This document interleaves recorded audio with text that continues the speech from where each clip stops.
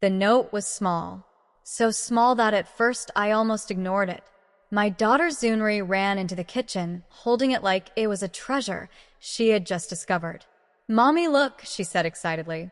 She was 5 years old, and everything she found in the house felt important to her. I was standing at the sink washing dishes when she placed the folded paper into my hand. "Where did you get this?" I asked. Door. "The front door?" She nodded.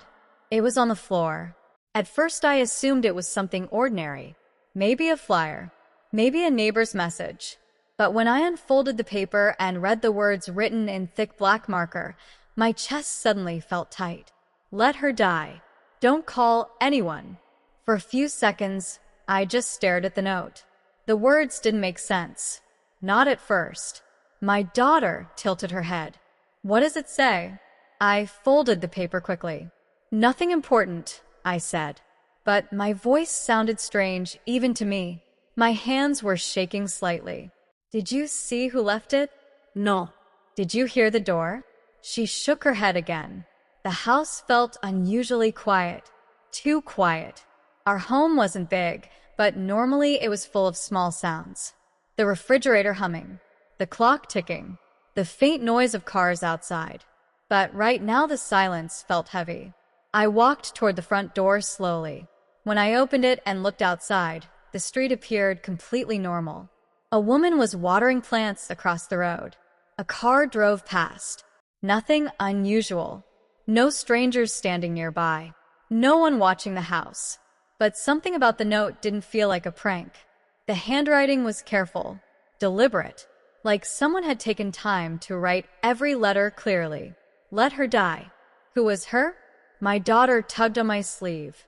"Mommy, yes. Why are you scared?" I forced myself to smile. "I'm not scared." But she was too smart for that answer. Children always notice more than we think. Just then I heard something. A faint sound from upstairs. A creak. I froze.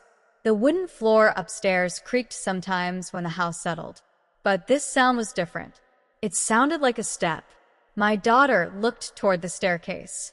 "Did you hear that?" "Yes." The air in the hallway suddenly felt colder. "Stay right here," I said quietly. "But Mommy, right here." I walked slowly toward the stairs. Each step felt heavier than the last. We were supposed to be alone in the house. My mother had visited earlier that morning, but she had left before lunch. Or at least, I thought she had. The second floor hallway was dark. The door to the guest bedroom was half open. Another sound came from inside. Not a step this time.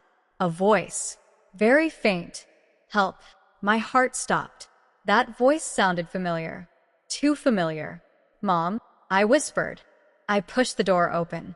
The room smelled strange. My mother was lying on the floor beside the bed.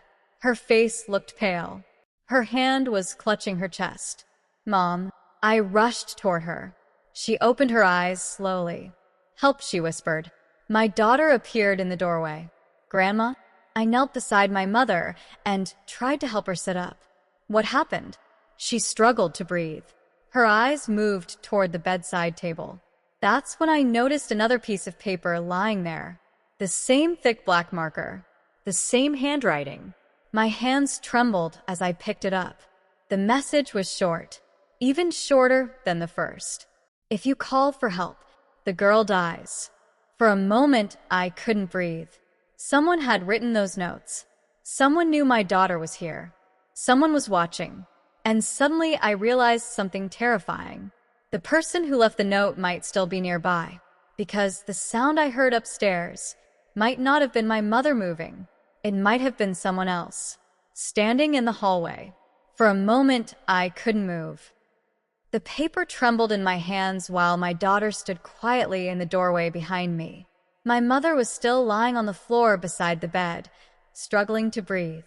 Her fingers were weakly gripping my arm. "Mom, what's wrong?" I whispered. She tried to speak, but the words barely came out. "Chest hurts." My heart started racing. She needed help immediately, but the note was still in my hand. "If you call for help, the girl dies." My eyes moved slowly toward the hallway. Someone had written that message. Someone knew we were here. Someone knew my daughter was in the house. The thought made my stomach tighten. My daughter took a small step forward. "Mommy, is Grandma sick?" "Yes," I said softly. "Very sick." "Are you going to help her?" Of course I was. But the words on the note kept echoing in my mind. Don't call anyone. Who would leave a message like that? And how would they know if I called? I looked around the bedroom carefully. The window near the bed was slightly open. Cold air drifted inside. Outside the window was the large oak tree in our backyard. Its branches stretched close to the house. Too close. Someone standing outside could easily see into this room. Someone could be watching us right now. My heart began pounding even harder. I slowly moved toward the window and looked outside. The yard looked empty, but the tree branches moved slightly in the wind. Too slightly, almost like something had just shifted. A shadow moved behind the trunk. I pulled the curtain closed immediately. My daughter noticed. "Mommy, stay close to me," I whispered. My mother gasped for breath again. "Phone," she whispered. Her voice was weak but desperate. She knew she needed help. I knelt beside her and held her hand. "I'm here." My mind was racing.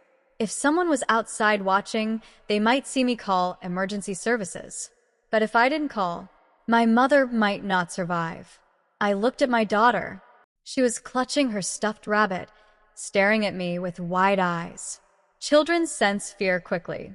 I couldn't let her see panic. I took a slow breath. Then I noticed something else. The note. The paper felt thick, almost like it had been torn from a notebook. But the handwriting. Something about it looked familiar. I walked toward the desk in the corner of the bedroom. On the desk sat a small notepad. The top page had been torn off. The edges matched the note perfectly, which meant something important. The note wasn't brought into the house.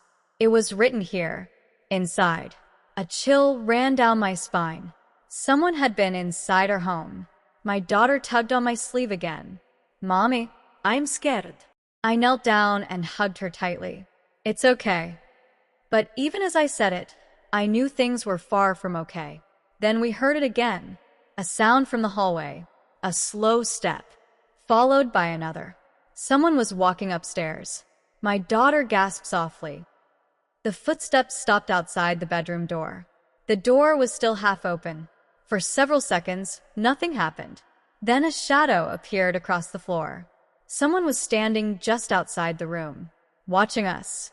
My heart pounded so loudly, I was sure they could hear it. My daughter clung to me. "Mommy." I held her close. My mind was racing again. The note said not to call anyone, which meant the person outside expected me to follow that rule. But they didn't know something important. I had already made a decision.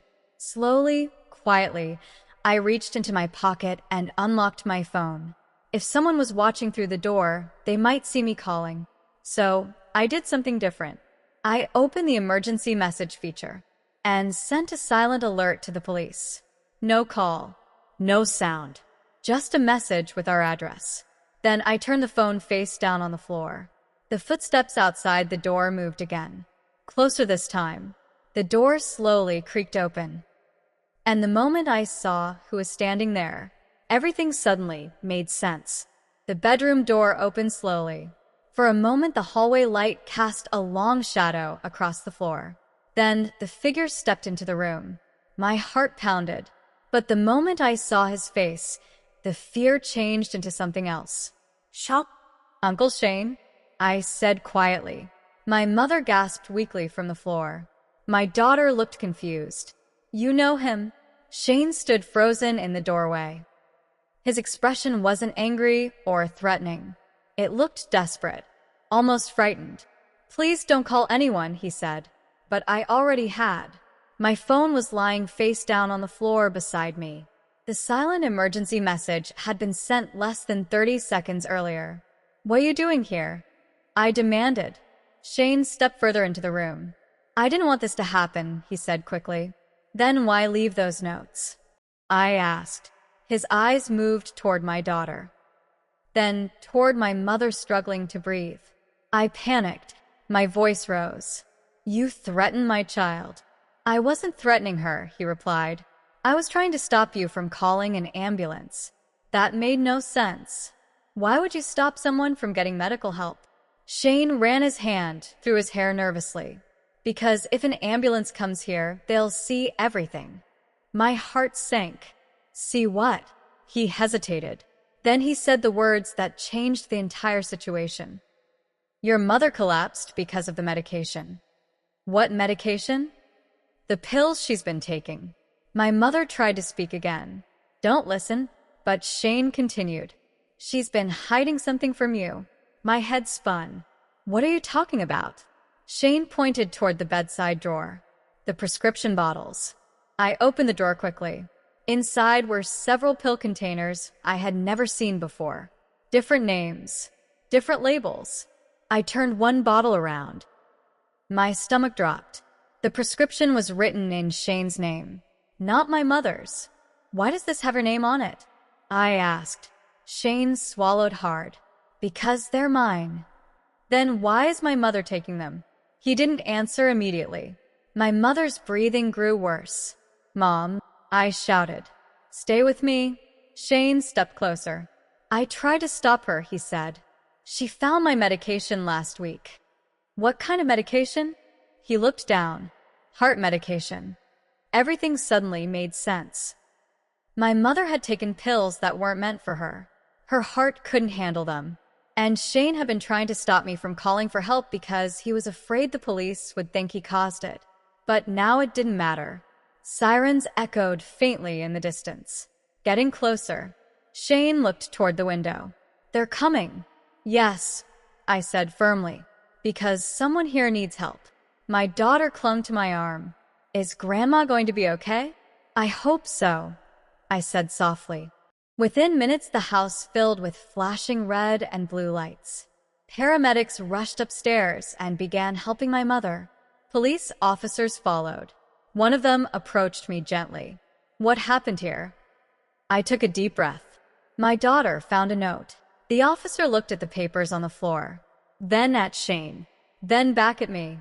But the most important part of the night had already happened, because despite the threats, despite the fear, I had called for help. And that decision saved my mother's life. Later that night, as I sat beside my daughter in the quiet living room, one thought kept repeating in my mind. The note had told me to stay silent. But sometimes silence is the most dangerous choice you can make. And sometimes the bravest thing you can do is refuse to listen.